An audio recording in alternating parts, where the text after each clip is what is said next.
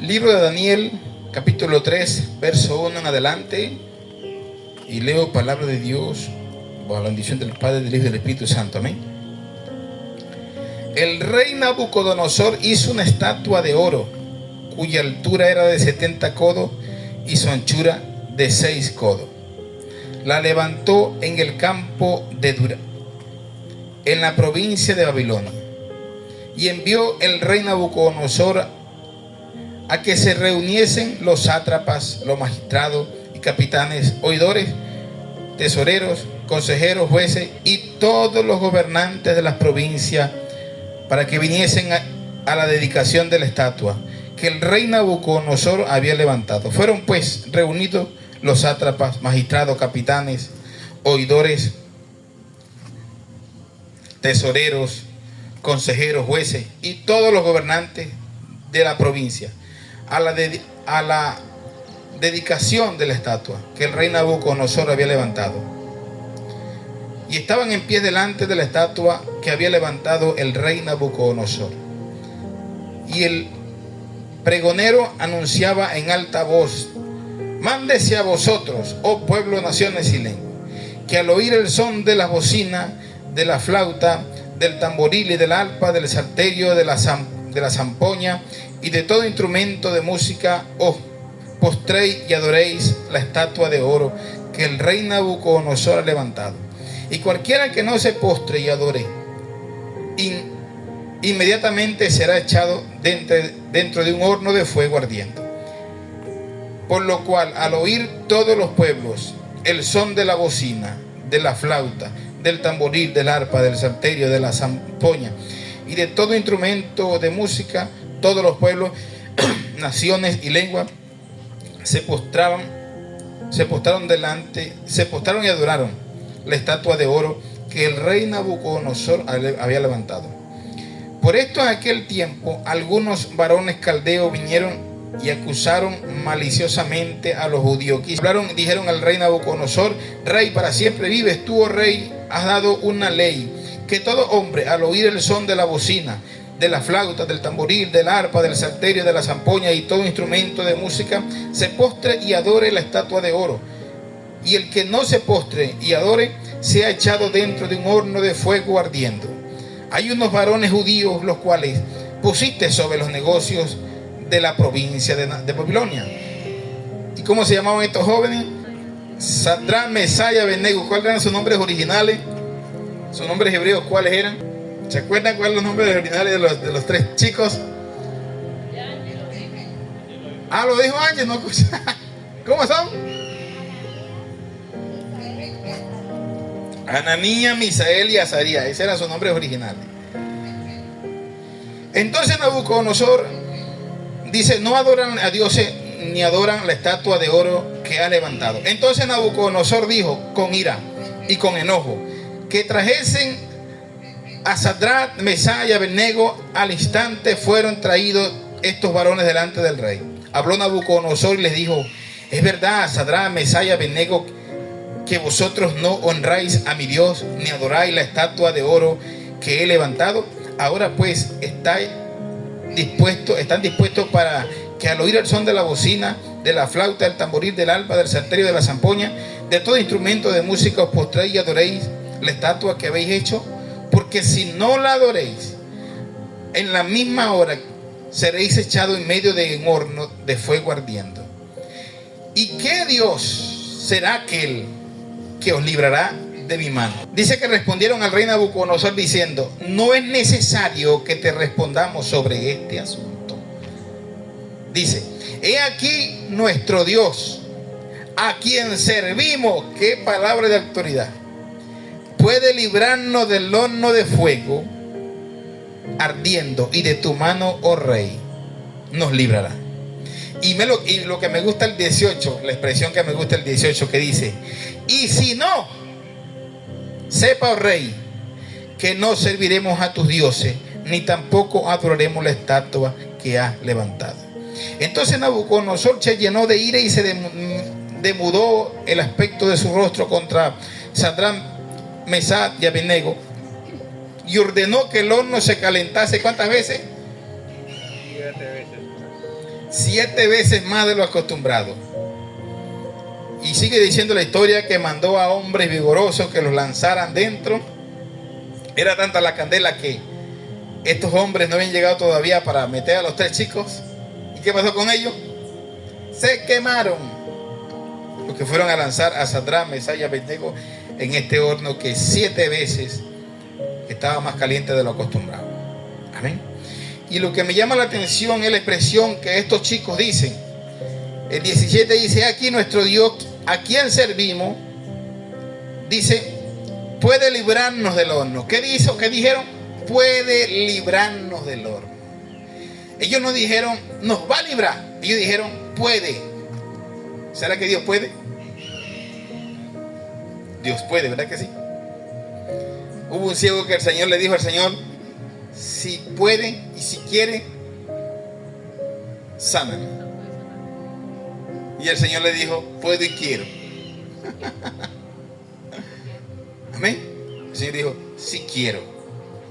Amén. Y esto es lo que dicen estos chicos. Dice: he aquí nuestro Dios, a quien servimos, puede librarnos del horno de fuego ardiendo, y de tu mano, oh rey, nos librará. Dijeron una cosa: puede librarnos, pero sí estaban seguros de que la mano de Nabucodonosor lo iba a librar. Amén. Y el 18 dice: y si no, sepa, oh rey. O sea, ese si no, ¿qué quiso decir? Nos quedamos. Independientemente, ellos dijeron: y si no nos libra, pues no importa. Simplemente seguimos adorando a Dios. Nos queme o no nos queme, igualito no me voy a salir el evangelio. ¿Sí me hago entender? No te vamos a hacer caso. ¿Sí? Ellos creían que Dios lo podía librar. Claro que sí creían. Quizás tenían fe de que Dios lo podía librar. Pero dijeron algo: y si Dios no nos libra, igual no vamos a seguir de dejar de adorando a Dios. Y no vamos a adorar a tus dioses. Amén. Ellos sabían en quién estaban apoyados. Amén. Ellos hablaban duro porque eran guapos y apoyados. ¿Por qué estaban apoyados? Por el Dios de los cielos. Amén. Imagínate estar en esta condición que estaban estos chicos. ¿Dónde estaban? Primero, ¿dónde estaban viviendo ellos? En Babilonia. Estaban en Babilonia. ¿Delante de quién estaban? Delante del rey.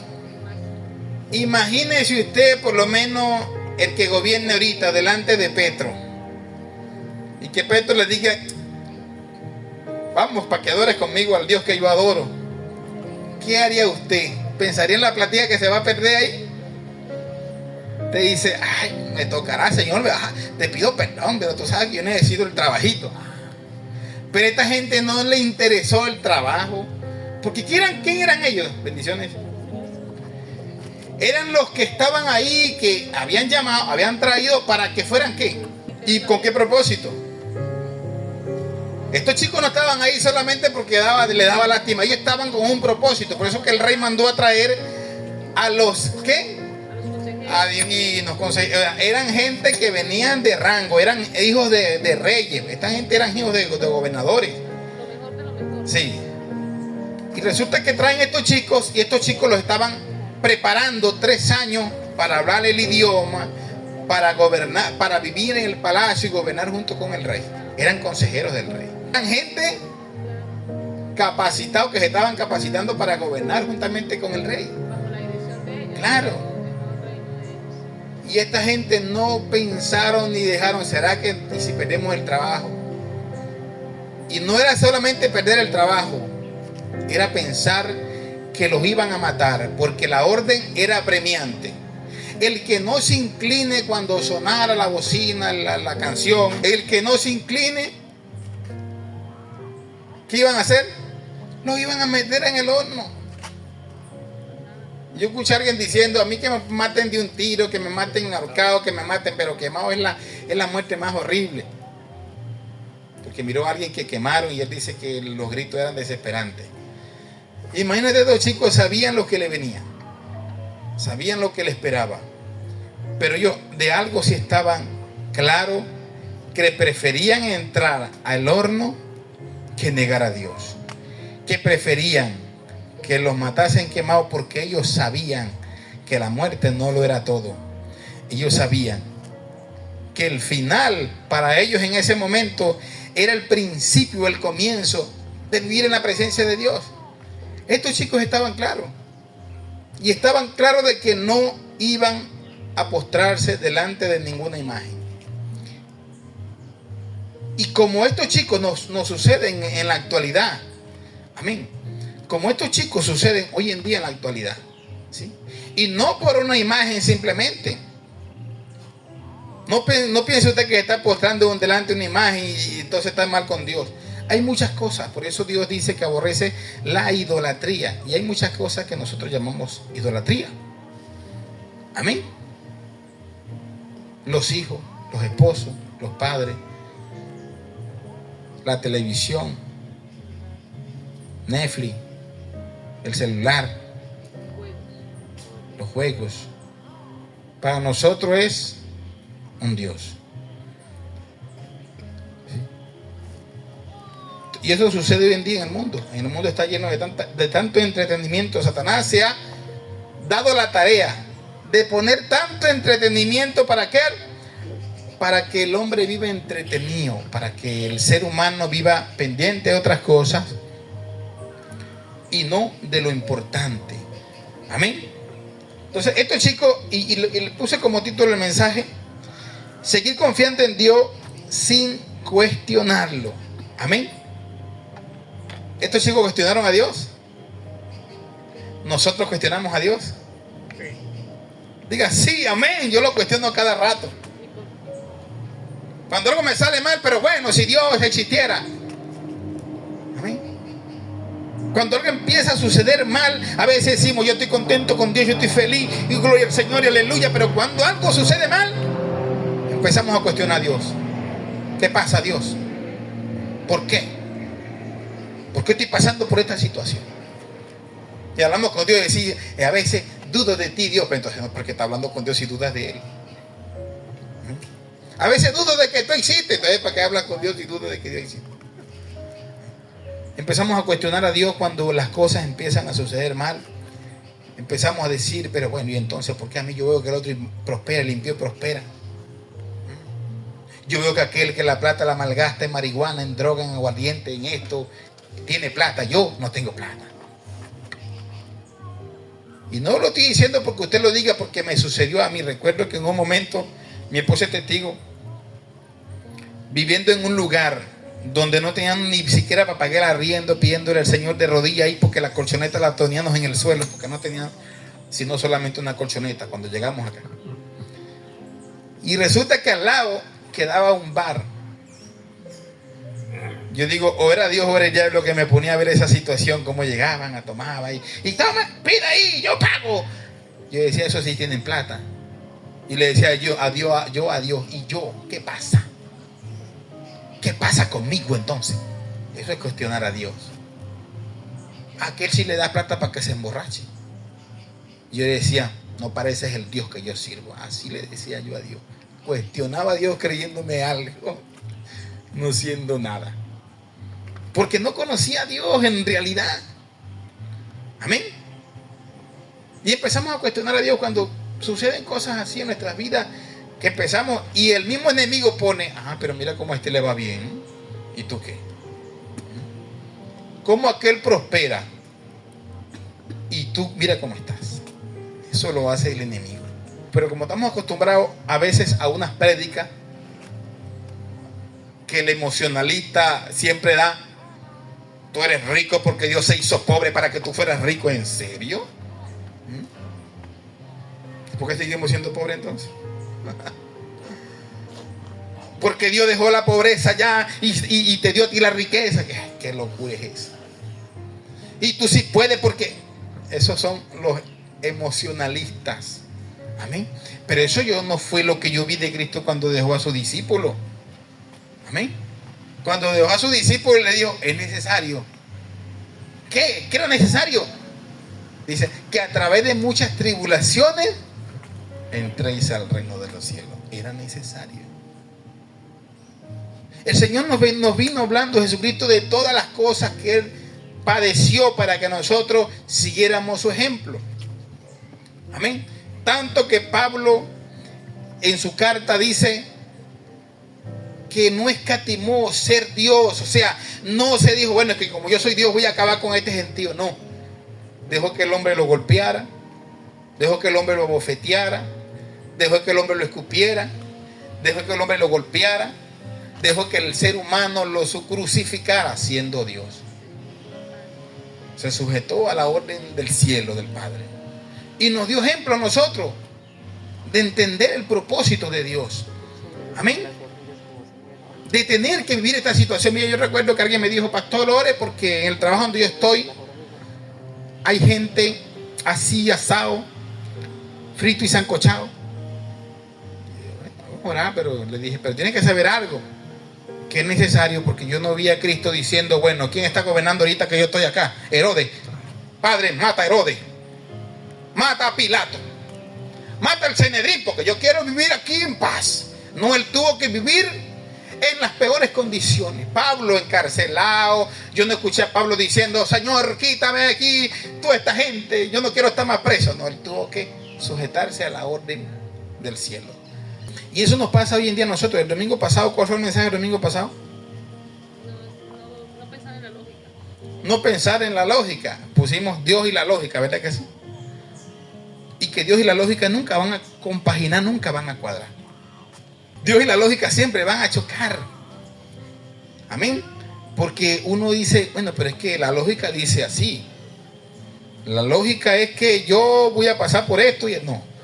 Pero ¿qué dice Dios? ¿Sí? Es saber que por encima de la lógica, como hablamos ese día aquí, que la lógica dice que 2 más 2 son 4. Pero ¿qué dice Dios? Que 1 más 1 es ¿cuánto? Que 2 son 1. Que 1 más 1 es 1. Y que Él le multiplica la fuerza al que no tiene ninguna. Pero si no tiene fuerza, ¿cómo va a multiplicar 0 por 1000? Algo que no tiene lógica. Pero en la matemática de Dios sí cuadra. Pero ¿qué dice la matemática? ¿O qué dice la lógica en la matemática, la ciencia? ¿No? Porque es una ciencia que un 0 multiplicado por cualquier cantidad siempre va a dar 0, ¿verdad que sí? Y multiplica el 0 por 1.000.000, ¿cuánto da? Siempre va a dar 0. Y el Señor dice, yo le multiplico la fuerza. Está bien que dijera, yo le multiplico la fuerza al que tiene una. Pero Él dice, yo se la multiplico al que no tiene ninguna. No, esa matemática no cuadra. ¿Verdad que no cuadra por ningún lado? Es para que entendamos que la lógica nunca va a operar con lo espiritual. Amén. Que tenemos que dejar de pensar en la lógica y confiar en Dios. Y el mensaje de hoy es casi igual, porque el mensaje de hoy nos enseña a no cuestionar a Dios, porque en la lógica nuestra siempre vamos a cuestionar a Dios. En su lógica usted va a decir, pero bueno, las condiciones son estas. Que a veces uno le dice a Dios, pero bueno, no sé cómo vas a hacer esto, pero yo sé que tú me vas a sacar de esta situación. ¿Sí?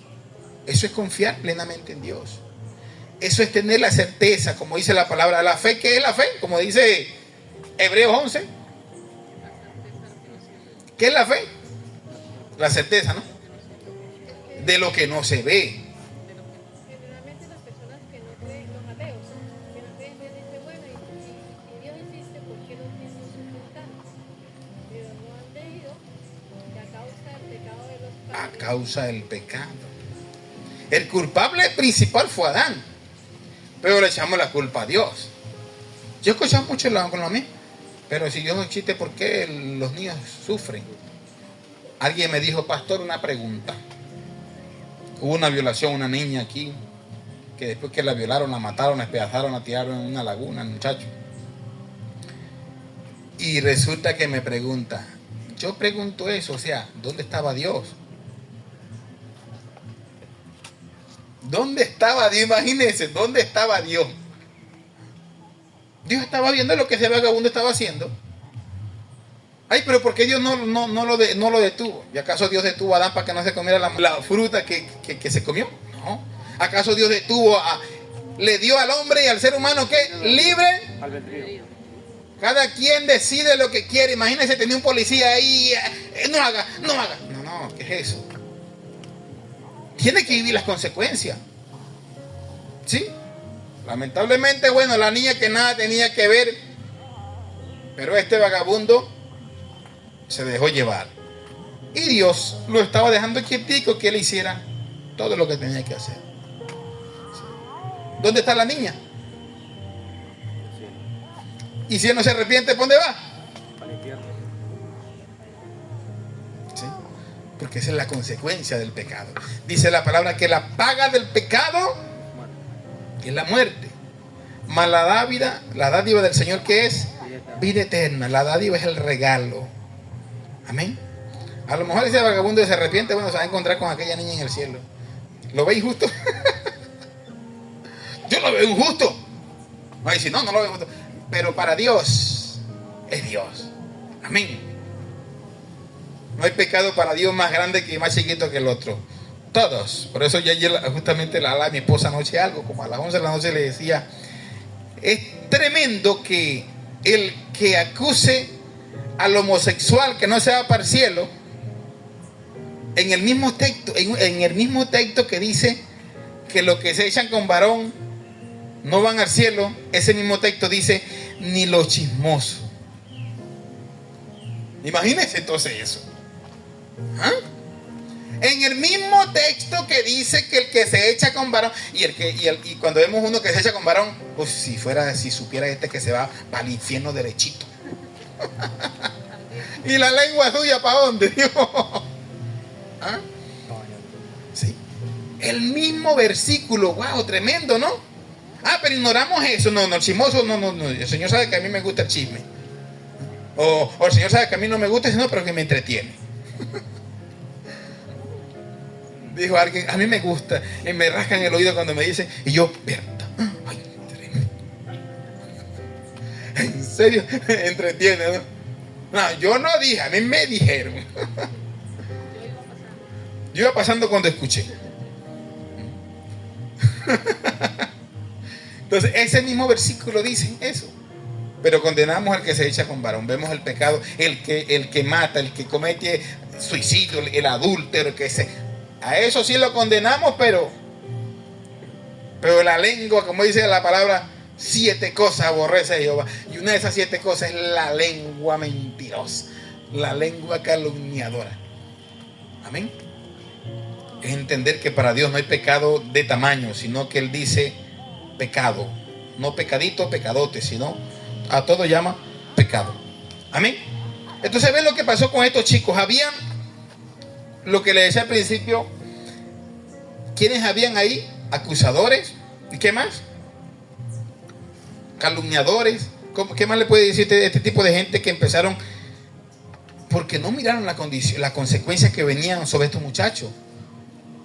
Simplemente le dijeron al rey, la orden suya fue que el que no obedeciera lo lanzaran en el horno de fuego. ¡Wow! ¡Qué tremendo! Ellos querían que los muchachos se fueran al horno. Por eso, en aquel tiempo, algunos varones caldeos vinieron y acusaron maliciosamente. Amén. Siempre hay acusadores. Daniel capítulo 3, verso 8. Aunque es el capítulo completo. Pero en el verso 8 dice que habían gente maliciosa, acusadores, y siempre va a haber gente maliciosa. Amén. Que quizás no te acuse con alguien, pero en la mente te están siempre acusando. Amén. En la mente están hablando de ti, o a alguien le comenta. Y supiste que tal persona, Señor bendito. Y si te enteraste. Y el otro presta el oído para decir, a mí no me gusta el chisme, pero me dijeron. A mí me llegó ese rumor. Como nos contó alguien anoche, ¿no? Simplemente a mí me dijeron, yo estaba ahí solamente como oyente. Pero ese oído ahí, ¿verdad? Atento siempre a la cosa.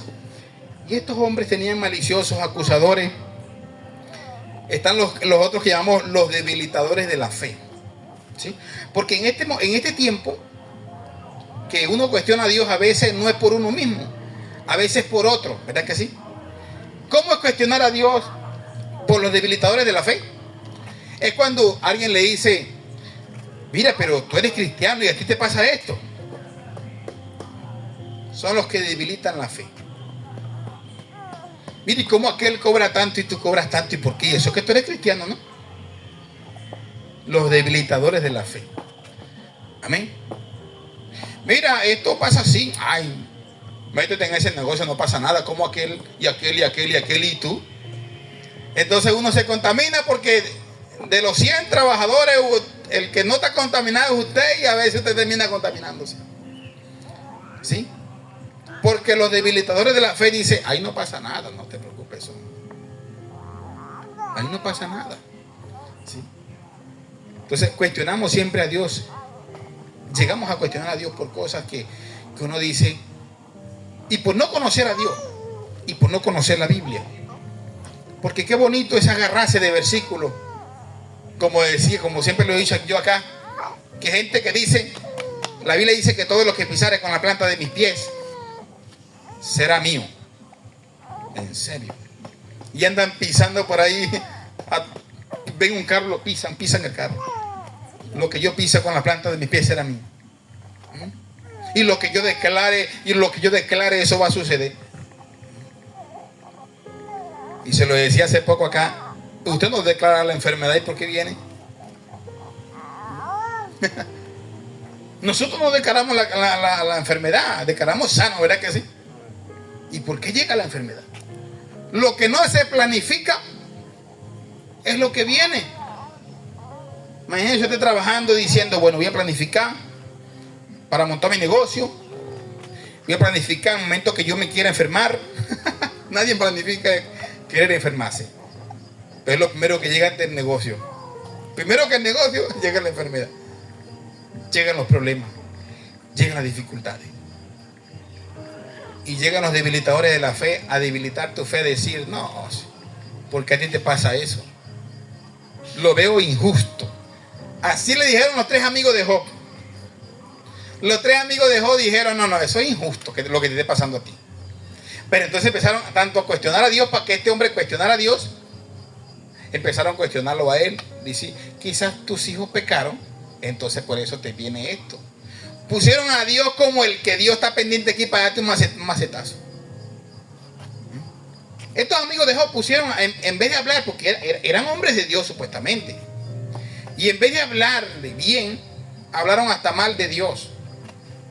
¿Por qué hablaron mal de Dios? Porque empezaron a decirle, no, quizás tú pecaste y Dios te está castigando. O sea, pusieron a Dios como el que, bueno, Job aquí está a punto de, ahora sí lo voy a quitar todo. ¿Sí?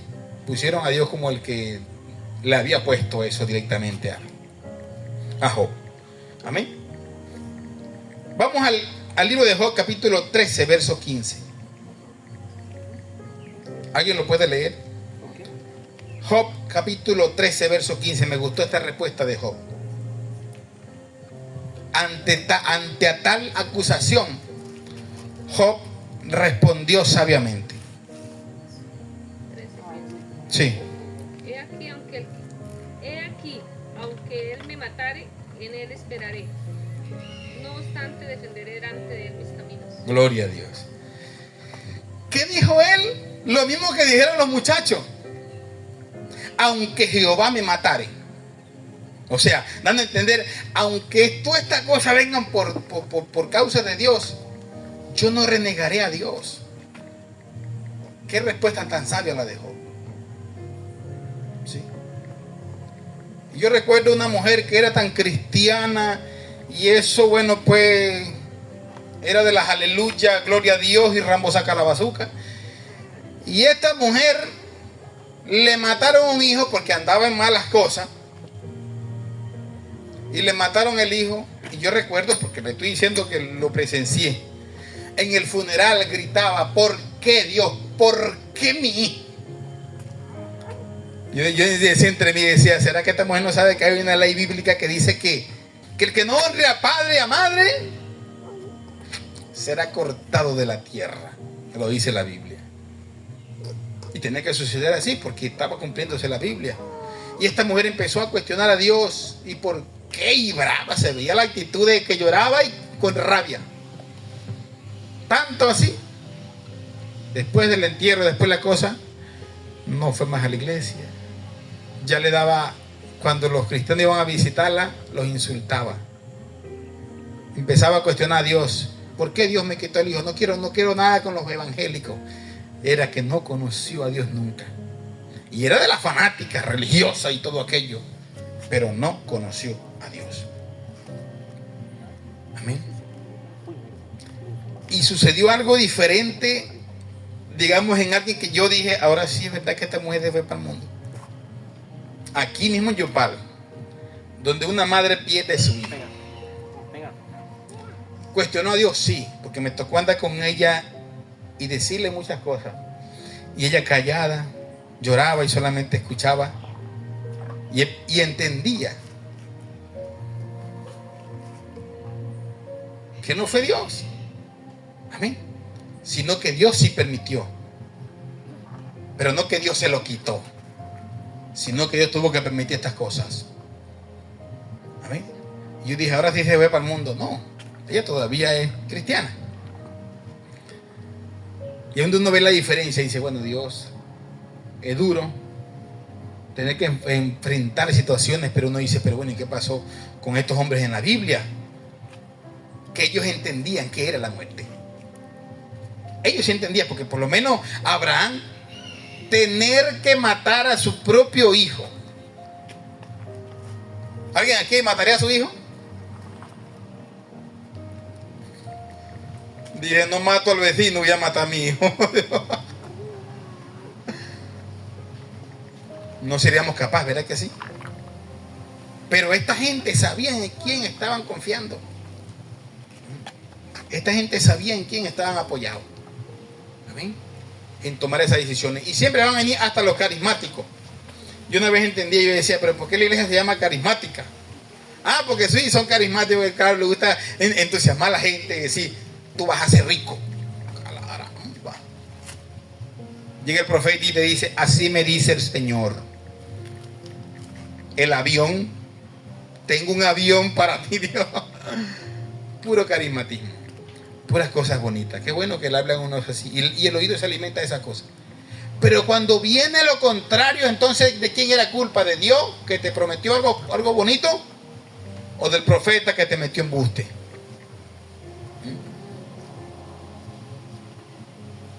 Porque usted ve que a la gente le gusta correr para donde hay esos lugares que le hablen bonito. En la iglesia iba alguien que decía, no, pero yo pensé que esta iglesia era como la iglesia, yo no sé qué, no voy a decir el nombre. Y yo le dije, ¿cuál es esa iglesia? No, una iglesia que apenas tú llegas y se te pone un profeta en el oído y te dice las cosas que vienen para ti. Está buena la cosa.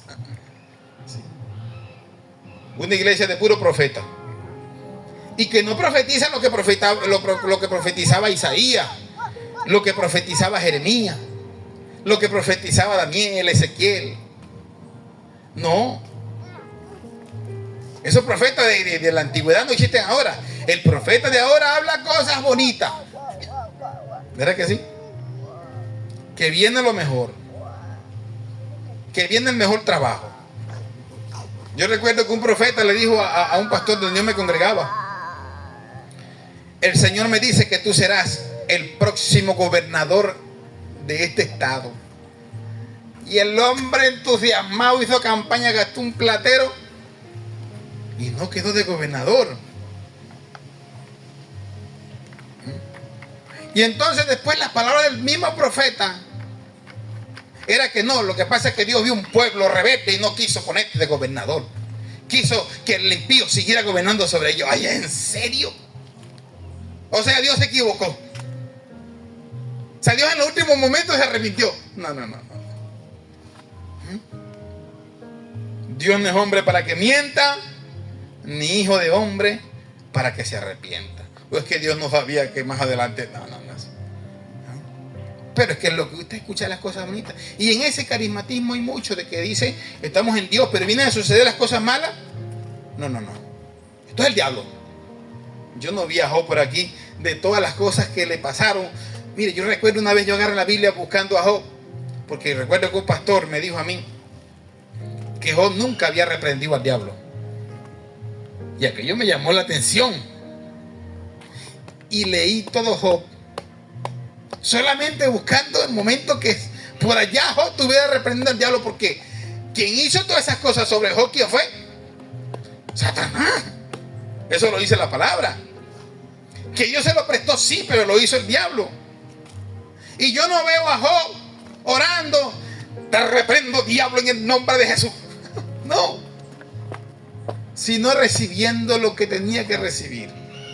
Amén. ¿Lloraba Job? Sí, lloraba. ¿Cuestionaba a Dios? Sí, lo cuestionó en varias ocasiones.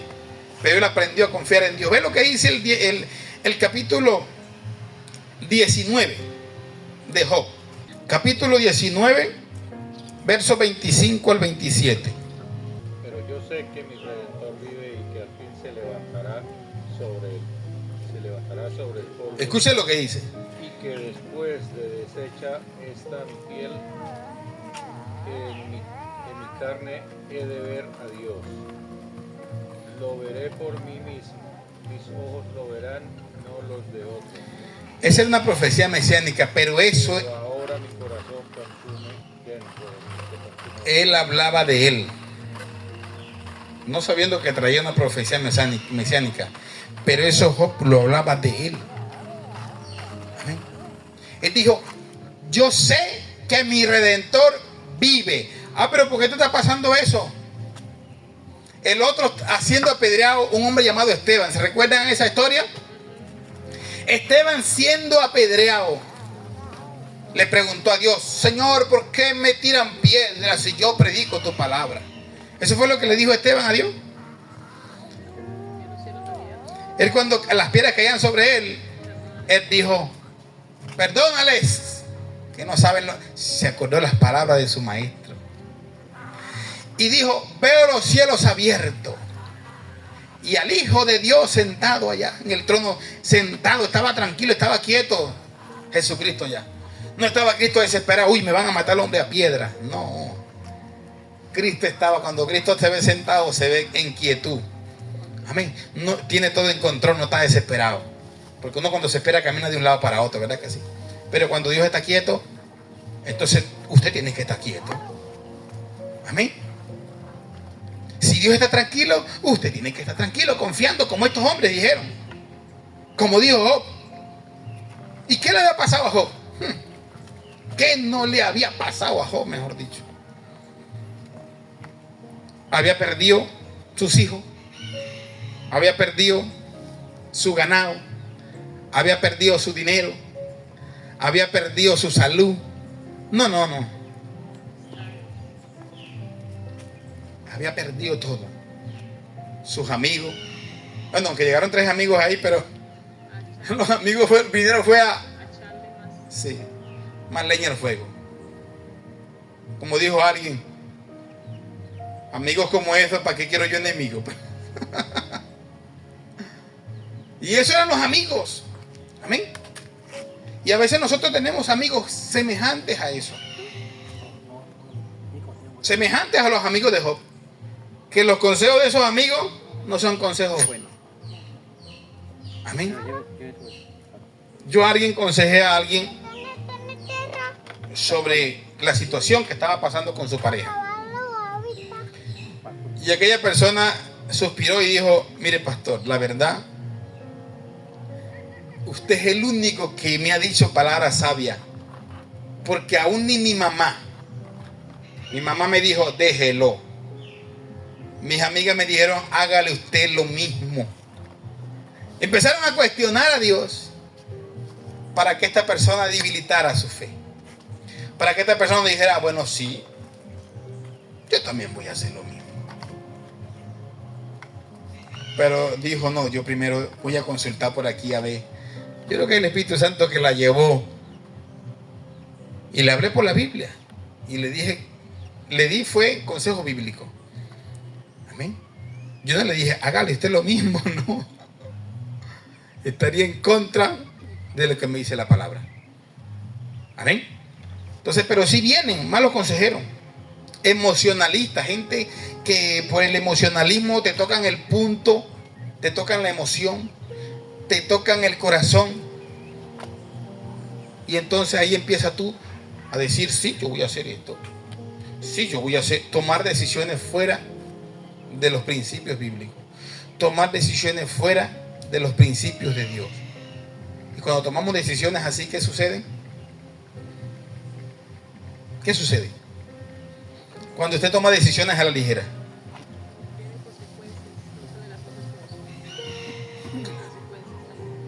Viene lo peor. ¿Por qué? Porque no aprendimos a confiar en Dios. Empezamos a confiar en nuestras capacidades y no confiamos en Dios y cuestionamos siempre a Dios. Ve lo que dice Habacuc capítulo 3, verso 17. Y Habacuc era un hombre que en un momento, cuando usted lee Habacuc, siempre he recomendado que lean Habacuc, son solamente 4 capítulos, 3 capítulos. Y dice que este hombre empezó a orar a Dios y a cuestionar a Dios. Porque yo decía, pero si nosotros somos el pueblo elegido. Señor, pero ve la oración, vamos a leer el 1. La oración de Habacuc. La profecía que el profeta Habacuc vio. ¿Hasta cuándo, oh Jehová, clamaré y no oirás? Y daré voces a ti, y a causa de la violencia, y no salvará. O sea, este hombre que estaba haciendo, cuestionando a Dios. Empezaba a preguntarle a Dios, ¿hasta cuándo? Dios, ¿hasta cuándo? ¿Y quién le ha dicho Dios hasta cuándo? Todos le hemos dicho a Dios, ¿hasta cuándo, Dios? ¿Hasta cuándo voy a tener que soportar esto? ¿Hasta cuándo me voy a aguantar? ¿Hasta cuándo? ¿Hasta cuándo no me van a dar el trabajo que necesito? ¿Hasta cuándo voy a vivir en esta miseria? ¿Hasta cuándo? Y empezamos a decirle a Dios como dijo Habacuc, ¿hasta cuándo? Y él dice, por lo cual la ley es debilitada, el número 4. Y el juicio no sale según la verdad. Es decir, ¿qué decía?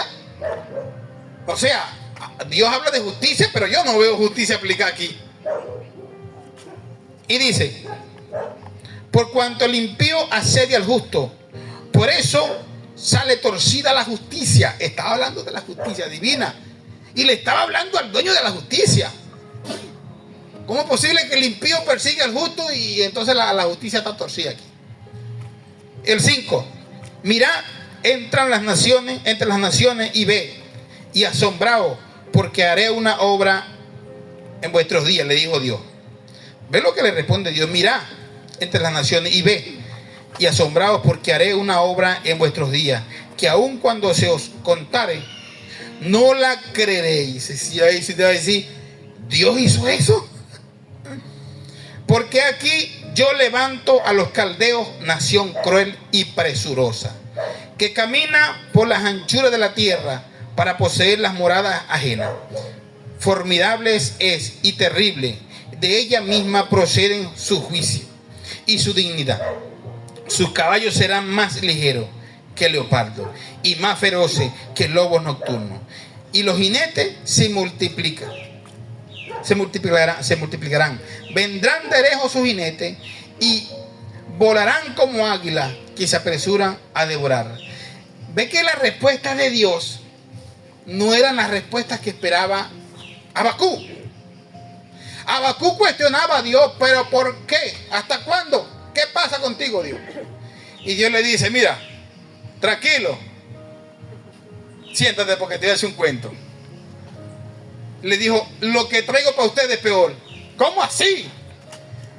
Los caldeos que son malos, los voy a poner más malos para que los acaben y los destrocen a ustedes. Los caballos de ellos los voy a poner más veloces que los caballos de ustedes. Imagínate a Habacuc aquí pensando en esa situación. Bueno, pero yo vengo orando a Dios buscando una solución y me sale Dios con esto. Claro. Que usted le diga al médico, señor, vengo que usted me ponga algo. Ya no aguanto, mire, tengo dolor de cabeza, tengo diarrea, tengo esto. Y le diga a él, cómprese un campeón. ¿Cómo se llama eso? Matarratas. Cómprese un matarrata, ¿cómo le dicen aquí? Un sicario. Tómese 3 papeletas ahorita. ¿Qué pasa aquí? Yo vengo buscando una solución. Y esta es la solución que me da el médico. Pues así era semejante la respuesta que le dio Dios a este hombre.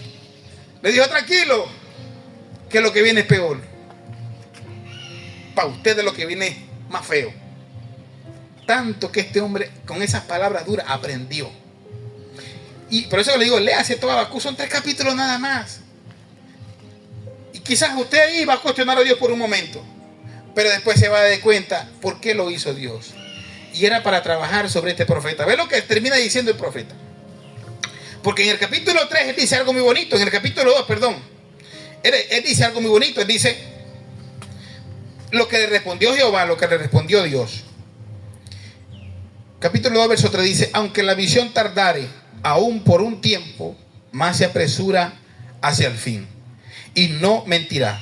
Aunque tardare, dice, espéralo, porque sin duda vendrá, no tardará. Y ve lo que dice el 4. He aquí que aquel cuya alma no es recta se enorgullece.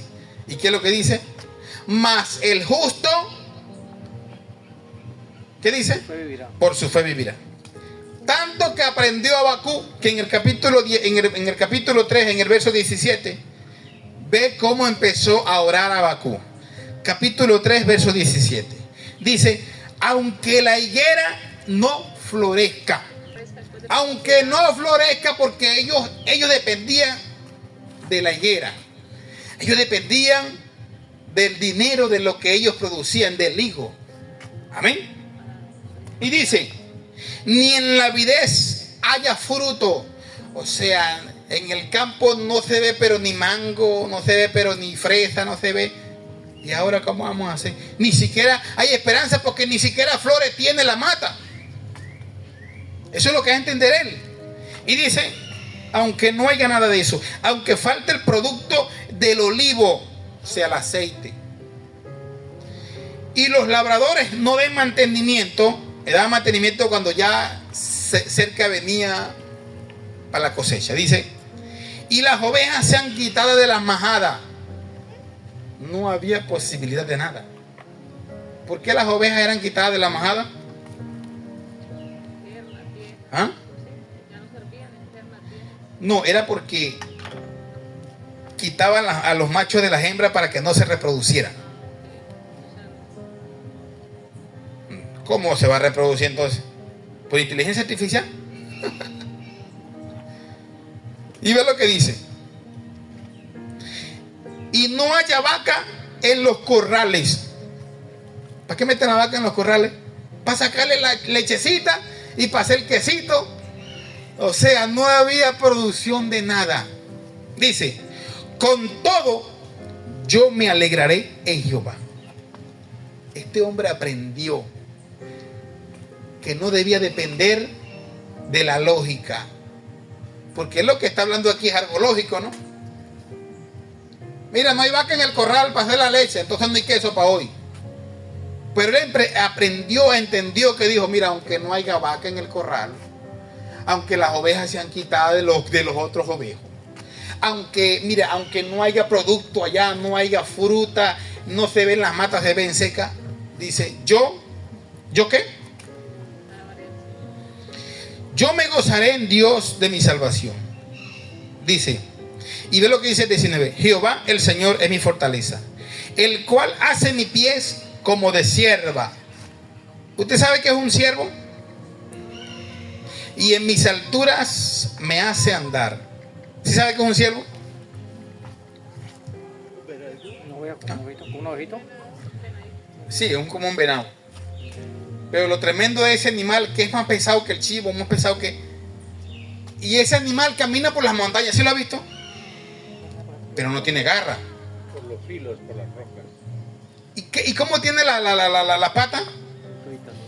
Como la tiene un chivo, como la tiene un venado. 2 taquitos así. Y aún así se para en la montaña. Camina, corre. Es su forma de defenderse. Porque cuando él le toca correr, cuando viene un león, cuando viene el cazador de la presa, la estrategia de él es ponerse entre el filo así de la montaña, donde el animal, donde el tigre no puede, donde el león no va a poder caminar. Y él lo que dice es eso. Él dice: Jehová el Señor es mi fortaleza, el cual hace mis pies como de sierva, y en mis alturas me hace andar. O sea, lo que está entendiendo este hombre, como usted lo puede decir hoy, Dios me acondiciona para la situación que venga. Dios me acondiciona. Si tengo que aguantar hambre, Dios acondiciona mi estómago. Si tengo que aguantar esto, Dios acondiciona mi vida. Si tengo que aguantar sueño, Dios acondiciona mis ojos para aguantarlo. Amén. ¿Sí? Eso es lo que está diciendo él. Si tengo que pasar por esta situación, Dios me va a fortalecer, porque está diciendo, Dios es mi fortaleza. Amén. Amén. Amén. Dios me fortalece.